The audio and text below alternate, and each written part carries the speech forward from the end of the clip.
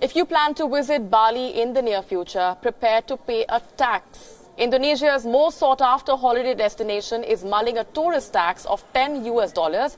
The Bali authorities are working on a bylaw which will make tourists accountable for environmental and cultural preservation. The revenue collected from the $10 tax will be used to fund programs for conservation. The levy is still under discussion, though. The authorities are deliberating on how the tax should be collected, whether it should be included in the airfare or if it should be collected at separate airport counters. But the policy is expected to be imposed only on foreign tourists, this plan coming at a time when the province is fighting against the growing volume of plastic waste on its beaches, and that is the primary reason why this move is being brought in. Bali is particularly popular among Chinese and Australian holidaymakers. It welcomed up to 6 million visitors last year.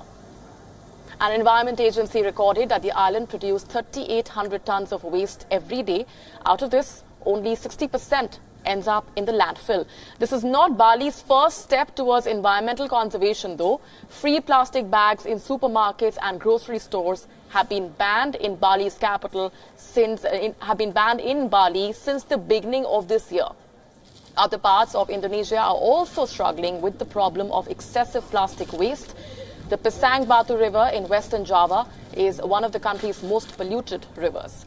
Hundreds of tons of rubbish collects there every monsoon. Residents, with the help of garbage trucks, have been trying to clean up the river, but the garbage never stops coming. Bali is not the only tourist destination to impose a tax on tourists. Japan levies a departure tax of 1,000 yen called the Sayonara tax. But unlike Bali, the tax is levied on both Japanese and foreign tourists. China, on the other hand, is not imposing any tax, but it is cutting down on the number of climbers attempting to scale the Mount Everest from the north. This in a bid to clean up the world's highest peak. The total number of climbers seeking to summit the Everest will be limited to less than 300 this year. The climbing season will be restricted to the spring. China has set up stations to sort, recycle, and break down garbage from the mountain.